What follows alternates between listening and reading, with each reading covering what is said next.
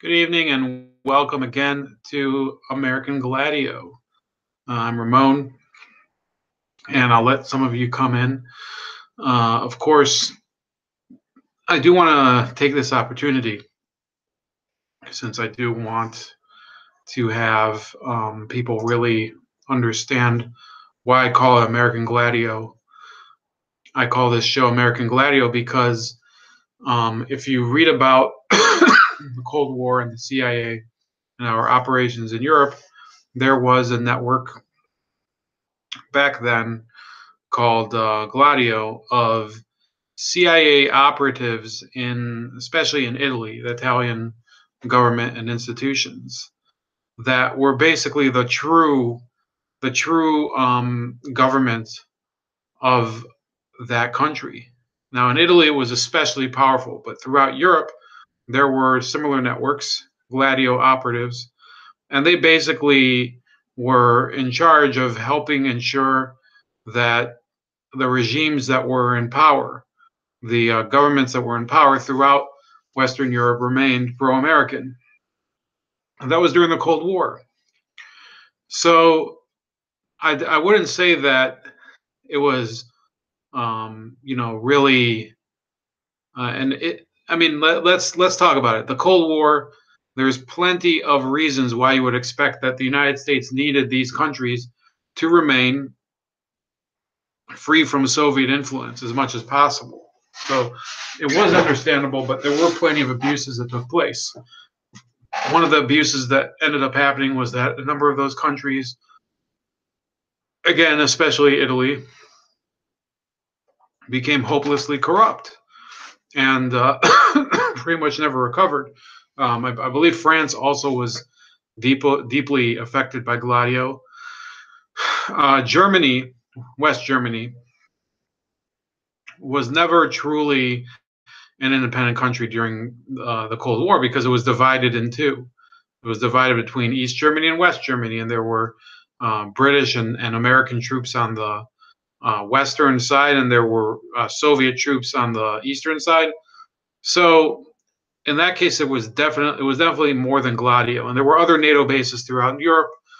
So essentially, there's a reason why Gladio was called Stay Behind. It's always called Stay Behind Network because the thought was that even though the Allied powers from World War II, the Western Allies, did not continue to occupy Western Europe completely the way that in Soviet controlled Eastern Europe they had much more influence.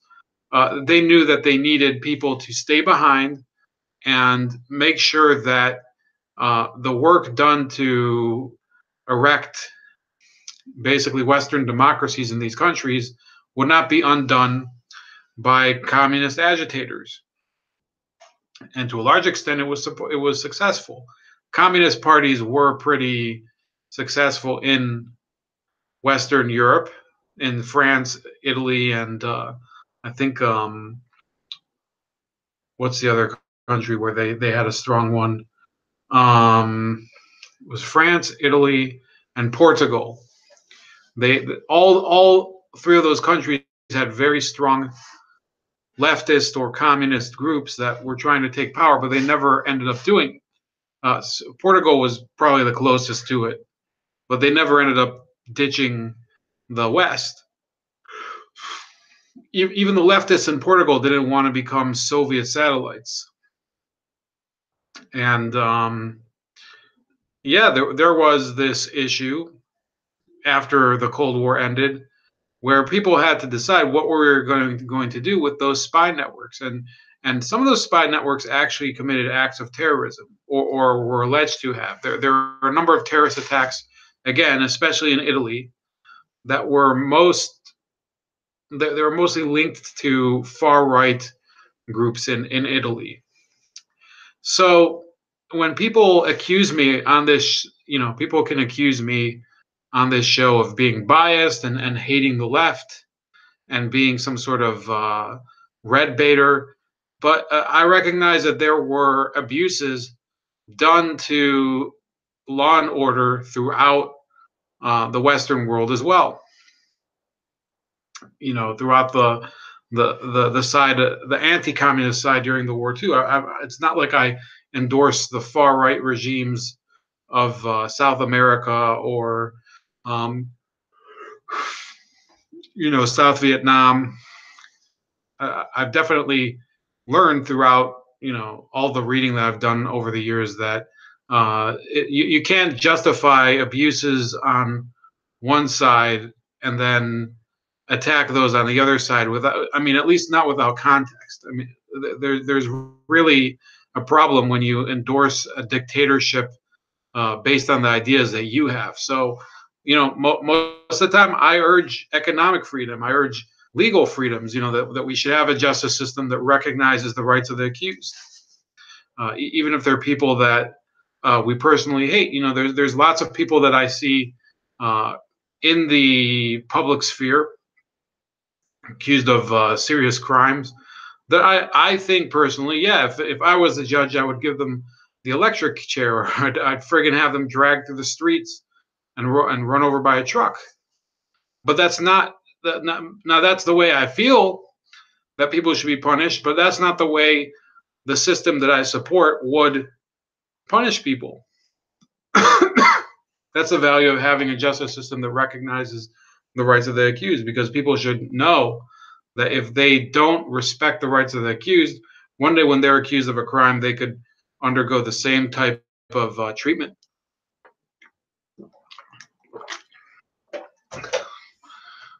That's why I think the death penalty debate is pretty important. So now that we have all that out of the way, I do want to welcome Dean Kruger, who I have been chatting with offline more, I think on Twitter, which I actually hate using Twitter, but you do find some interesting stuff there. So, there's a video I made a couple hours ago concerning Obama, the Christ child. And if you haven't watched it yet, you should watch it and you should spread it, because I think it gives some insight into why people are incapable of processing the fact that President Obama is no longer a symbol of hope. He's a person. He's not a symbol. And what he's been doing to undermine the rule of law and accountability of public officials is a joke. Floyd and Pink says, "I'm looking forward to the Obama video." Look, you can put it in your queue right now. If you go to my page, you can find it. It's probably the third video now, but it's called Obama, the Christ Child. In fact, I have it in the description. So I deal with that whole mentality where people think, he gave us so much hope. He was such a symbol of progress for our country, and some people think that he's a symbol of progress for their race. Okay, and I mean, it's their right. They can believe whatever they want about whatever leader they follow, but they should recognize that they're being manipulated by a system that marketed somebody who is the complete opposite of who he represented himself to be. President Obama is the most colossal fraud in well, I mean, we've had a few frauds, so I don't know if he's the worst. President Clinton was also pretty bad, and President Trump, we're going to have to wait to see. A number of things he's done successfully, but when you have somebody who basically plays dumb about all these things going down under his watch, and then it's revealed that he didn't know what happened and he was intimately involved. No, this is a guy who is a dishonest piece of crap, and he should be treated as such. If you're really a free thinking individual, we didn't treat Bush with kid gloves when he was president. Most of us didn't. I thought, you know what? I'll admit, maybe I wasn't as vocal against President Bush as I was against President Obama, but I didn't support President Bush, and I think certainly there's people now saying that he's much better than Trump, and we wish we had President Bush. These people were idiots. During Bush's presidency, they called him Hitler too. So let's dispense with this hyperbole where we elevate some people to the level of gods and some people to the depths of hell. That you call Bush the devil himself or something like that. Bush was a horrible president, but I don't consider him the devil himself. I don't consider Trump to be a god. A couple questions here. Floyd and Pink says, did you do the Photoshop work on the Obama vid? Just talking about the thumbnail that I put there. No, I didn't. Actually, that's kind of a meme that me and my friend Boris the Spider use in order to troll people, especially people that are of the type that I was just talking about, that they can't believe that they refuse to accept that Barack Obama was the opposite of what he claimed to be. He was not a symbol of. I mean, he was a symbol of hope, but in reality, behind the symbol, he was basically a cardboard cutout. Nothing was true about anything that he said. I don't think there's any more questions. So no, I didn't do that artwork. It's one of my favorites because. By the way, you use that if you're arguing with anybody, or I know Floyd's not from the United States, so he can. I mean, I think you said you're from New Zealand or something. Floyd and Pink, one of our chat people. I'm reading the chat for those of you tuning in later. You use that photo and you tell people when they're arguing with you about Donald Trump and they're saying, "Oh, Obama was such a nice person." You show it to them and say, "Hey, pray to your Christ child, President Obama." They will get so pissed off because first of all, there are people who don't believe in many cases they don't believe in God anyway. Not that you have to, but they don't believe in God in any case. And then second of all, they think that they're the rational person and you're the irrational one. You're some sort of bigot and you can't get over your prejudice towards somebody. But in reality, prejudice works both ways. You can be prejudiced in favor of somebody as well, not just against them. And many of these people, and in the video, okay, I've talked too much about the video itself because I want you guys to go and watch it. But we deal with this issue of people who they've become too prejudiced towards the president in favor of him, President Obama, to be able to criticize him. And the President Trump, we can't become that way. I mean, this idea of a military parade, I think, is really stupid. And I'm not going to, pretend that I'm for it. I think it's a tremendous waste of time. I hated parades in the Army. I'm not going to make a huge stink out of it, but I'm not for the parade. I think it's ridiculous. I don't understand why Donald Trump thinks it's we've done so much, but now we're going to do a parade. No, I'm not going to support a parade. I'm not going to pretend that it'll probably be funny in the end watching people freak out in person to the parade, but we'll see what happens. Bandsaw Bandit, who by the way has come to us recently. I don't know. I think from Hard Bastard channel, but it could be wrong. Maybe from ABL. Who by the way has been putting out better and better content all the time. He says, credit Rand Paul. He makes so many good points about the budget being passed with no debate. Absolutely. And that's why I think if we had Rand Paul, I don't know if he would have been a fantastic president, even though I did support him for president. But we need him in a key position as far as the budget. I wish maybe he would have been Secretary of the Treasury. We would have had auditing of the Fed. That's important stuff. Dean Kruger said, the military spending doesn't bother me nearly as much as the non-discretionary spending that they're trying to push through. And then Floyd and Pink said, okay, so he says fair point. Anyway,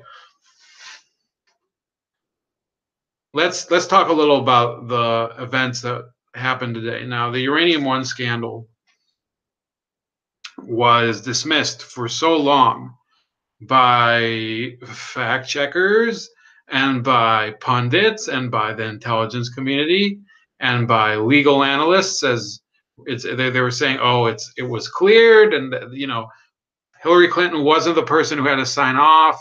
There were all these other people in the cabinet that had to sign off.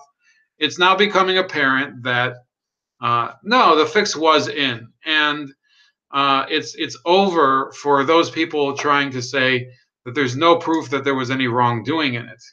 There is proof. The only question now is with whether there's a willingness to actually address the issue legally. When you uncover crimes committed by somebody in a very senior position that they're just blatantly accepting financial favors in order to give an advantage to somebody from in this case a foreign government, to get all this uranium or whatever. I think as law enforcement has lost their credibility in so many ways, and this is just one more. So you could say they've gone from they've stayed at zero. They're in the negative now.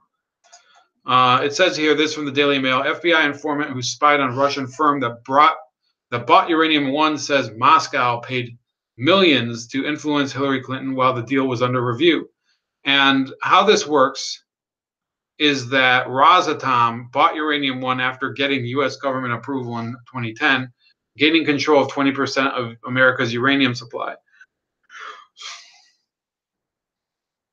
Hillary Clinton, then Secretary of State, approved the deal along with other top Obama administration officials. Campbell, that's Douglas Campbell, the lobbyist, says Russia paid APCO Worldwide $3 million for lobbying. The firm was also expected to work for the Clinton Foundation for free. So these are services provided with no charge to a political candidate and her organization. That should be very suspicious, and I think that next opportunity I can get, I'll try to catch up if there's any more videos from Charles Ortel about it, who's basically an encyclopedia of financial wrongdoing of the Clintons. But it should be a real warning flag to begin with, that this lobbying firm did all that work for free for the Clintons. Bill Clinton also got a $500,000 speaking fee from a Russian bank tied to the Uranium One deal. So I'll just show this.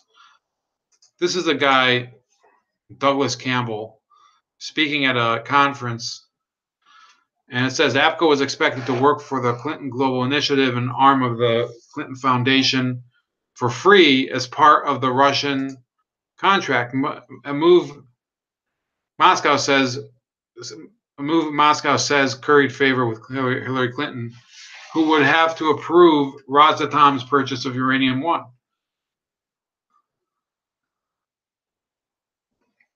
It says here the company was also expected to provide pro bono support to the Clinton Global Initiative as a way of currying favor with Hillary Clinton. An internal CGI document dating from the fall of 2011 described APCO's fee-free help as being worth $275,000 during 1 year. So, look, charity law in the United States is very, I wouldn't say that it's huge. I wouldn't say that it's strictly enforced, but the laws are clear, and this is insane. This is a money laundering operation, and the Clintons use this in order to be able to receive all these favors. Jeez, I'm sorry, guys. It's just difficult to do this late at night, but I do get home late and have to prepare for this. In any case, yeah, the Clintons have taken their charity and turned it from a vehicle for doing good for underprivileged countries, and made it basically into kind of a shield for all of the activities that they're not supposed to be doing. The ones that, as a former politician, Bill Clinton was not entitled to do a lot of the things he was doing. But you own a charity, you are able to fly around the world. It's an easy way to make a good buck. So Floyd says, most of my voting is voting to keep someone out rather than voting for them. Hillary Clinton is still running her mouth. That's from the rapper 10,000. Welcome again. Rapper 10,000, Bull Like Leopard, do you think that Hollywood is connected to these Hillary Clinton scandals? Well, as donors, many of these Hollywood people did donate to the Clinton Foundation. So yes, it's not whether I think that they are. They simply are connected to them, but more as donors.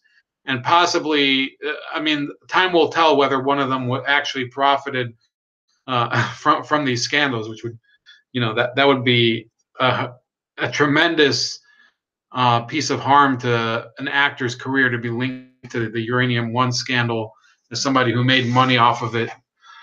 Bandsaw Bandit says, I can't believe that the military budget paid and funded an insane national gas station in Afghanistan. Maybe Iraq, one of those, in a country that has no natural gas cars. I didn't even hear about that. Does the USA have unemployment benefit? Yes, we do. The old gray mare, she ain't what she used to be many long years ago. I didn't think that would come out of you, man. Bandsaw Bandit says, then bought a huge supply of suitable cards, found out nobody could afford the gas, and then gave out credit cards. What the fuck? Why is the military in the business of constructing and funding? Yeah, exactly. And think about it this way. Once those cars are there, who's going to be maintaining them? You need a garage there with people competent to, provide maintenance for the cars. And I'm no gearhead, but it's basic logic. If you need spare parts, so who's the supplier? So all the time you have to bring in spare parts from overseas. It just doesn't make any sense business wise.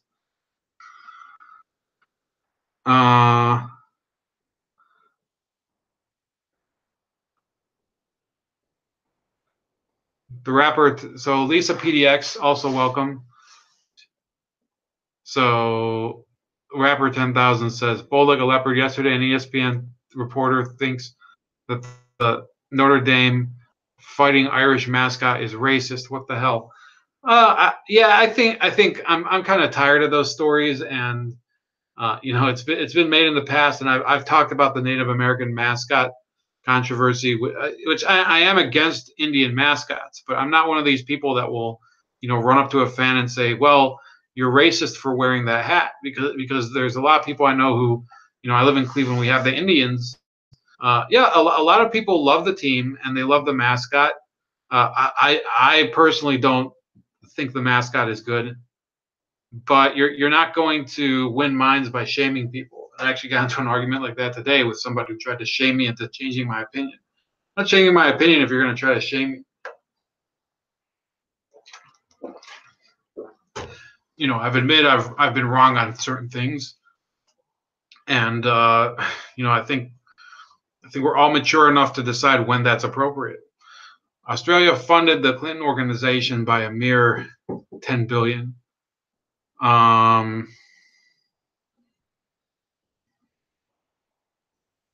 Bandsaw Bandit, can I answer that in a few minutes? I want to get through these two stories, and then I'll come back and then we'll finish, because first of all, I am pretty drowsy like every time, and I don't know how long I can go today, but I'm not trying to go forever. So I'll get back to your question because it's a good one, and I'll probably have to ask you a little about it.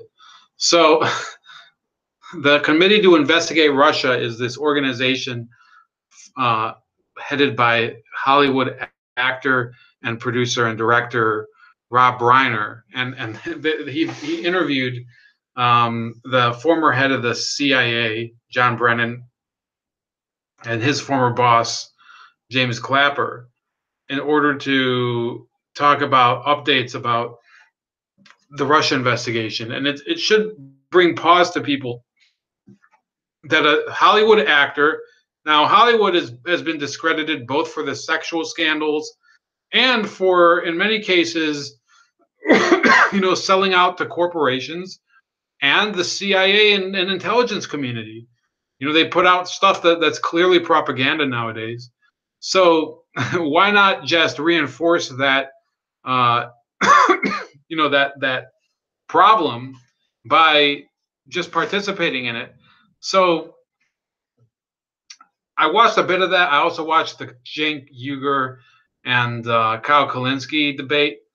I'm not going to say that, I know exactly what they're talking about, but look, if you were the heads of national intelligence, the CIA and the director of national intelligence, which is what James Clapper has been doing, and you are complaining about Russia and how they interfered with the election, you should bury your heads in the sand. I mean, they had control of one of the most two of the most expensive intelligence agencies in the world, and they did nothing, and nothing changed. They claimed that they claimed that there's a real scandal here, but they can't point to anything. It's your job as gatherers of intelligence to bring at least some sort of evidence of what you're talking about, so that the FBI, which is a law enforcement organization, has some ground to stand on when it's accusing somebody in a court of law of a crime. And you haven't done that. So I think their place should be to shut up and go into retirement and let people actually discover the facts. The investigation in the Russia case, I personally think it's a waste of time. But, you can investigate, but this isn't it. These are people that they're wildly accusing people based on an absence of proof to a belief that they think is so compelling that it must be proven.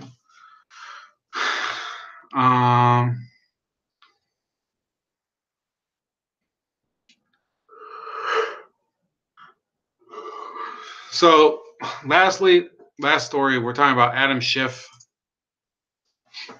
the bug-eyed freak. And he was pranked yesterday. I think I didn't mention it, by a bunch of by two Russian trolls who, I think they have some sort of radio program or something. I was listening to their interview with H.A. Goodman today, and Adam Schiff. This guy has to be called into question. I think there was a GOP Congressman, Matt Gaetz, who claimed that it's now impossible for Schiff to be considered a professional enough Democratic ranking member of the Intelligence Committee, because he leaks all the time. First of all, I don't think that Adam Gaetz said that, but he leaks information all the time. And now there's this phone call where he starts some sort of wild goose chase after this fake story that these people made up in order to get. Bansaw Bennett says, "You need sleep, Ramon." Yeah, I do need sleep. So he wanted evidence so bad, because he doesn't have any evidence, that he was willing to believe that these people had compromising pictures of Trump, naked, even though he didn't know who these people are, and they actually wanted to meet him in person at the Ukrainian embassy. I'm sorry, but this is a guy, he's lost all credibility on this topic. It would be one thing if he had other evidence that this would be an addition to, but it seems like, if you actually listen to the call, it seems like he's desperate for just something to buttress his case against Donald Trump, which I don't think he even has. I think at this point he has a case against certain people within the Trump administration, but he doesn't have one against Trump himself. And there's no proof of anything that the Trump campaign had to do with Russia actually being of consequence enough to swing the election. The real argument is whether there was anything at all. There might have been nothing between Russia and Donald Trump as far as the election. I personally don't think that there is. So that's about it for the articles. Just going to read a couple of your comments. There was the Syria question. I actually put a video up in the spring when there was the Tomahawk missile attack that I think that Trump should Syrianize the war. Syrianize meaning that he should get all the parties together and tell them to agree on withdrawing troops and letting the Syrian government and the rebels fight it out, or maybe broker a peace between them. But no, we can't. There's no way that we should be involved more in Syria than we ended up being involved, which was those strikes. And I think that those strikes were not exactly what I would have recommended either. I don't think that we should have done anything with Syria at the time until we conducted a full investigation into whether a chemical weapon was truly used there. The rapper 10,000. Let's hope the Black Panther does not become that.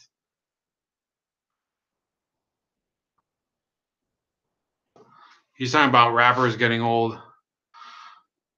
So that's about it. Thanks for joining me today. Please view the other videos that I have in the description beneath the Schiff article. One's about Jamel Smith, another one's about Joyanne Reed's idiotic take on MS-13. There's a Testigo Venezuela episode 9 with Guillermo Rios, and then Gary Byrne interview, and then part 2 of Year of the Rat, which is my multi-part series on the real collusion that was missed in 1998. So check out one or all of those. Any will do.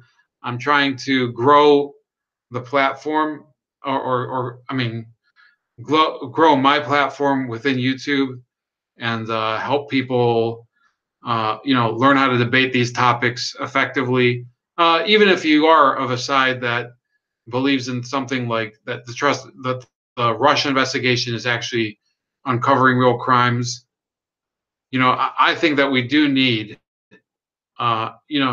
a lot of these channels that develop people's rhetorical skills, and I think I'm fairly on the way to doing that. I'm not always coherent myself, so yeah.